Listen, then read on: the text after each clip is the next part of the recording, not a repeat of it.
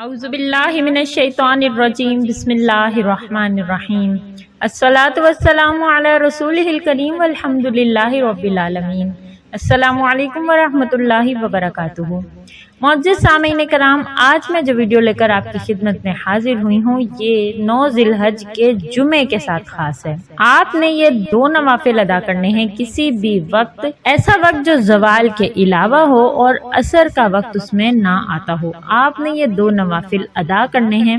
انشاءاللہ اللہ تبارک و تعالیٰ نے جس طرح سے دوسرے لوگوں کو اس سے فائدہ دیا ہے اور میں آپ کے ساتھ اس ویڈیو کو شیئر کر رہی ہوں، ان 2 نوافل کی بدولت اللہ پاک آپ کو اولاد جیسی عظیم نعمت سے نوازے۔ اس سے پہلے بھی میں آپ کے ساتھ ایک ویڈیو شیئر کر چکی ہوں جو اولاد کے ساتھ خاص ہے۔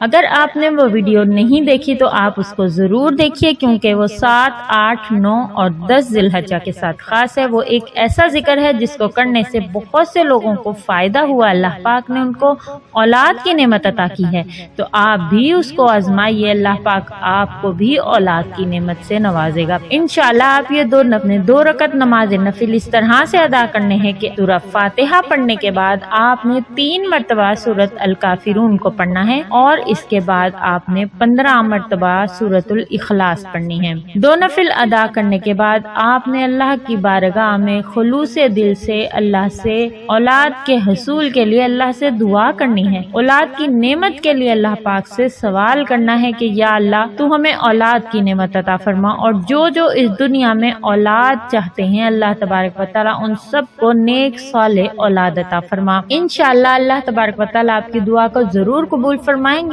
عرفہ کا دن دعا کے لیے خاص دن ہے، آپ اولاد کے لیے دعا کیجیے، اللہ تبارک و تعالیٰ تمام بے اولادوں کی جھولیاں اولاد کی نعمت سے بھر دیں۔ انشاءاللہ مزید اچھی نئی ویڈیوز کے ساتھ آپ کی خدمت میں حاضر ہوں گی۔ امید کرتی ہوں آپ کو یہ ویڈیو پسند آئے گی، آپ اس کو لائک اور شیئر ضرور کیجیے گا تاکہ اس دن سے زیادہ لوگ فائدہ اٹھا سکیں۔ اللہ پاک آپ کو آسانیاں عطا فرمائے، آسانیاں تقسیم کرنے کا شرف عطا فرمائے۔ السلام علیکم ورحمۃ اللہ وبرکاتہ۔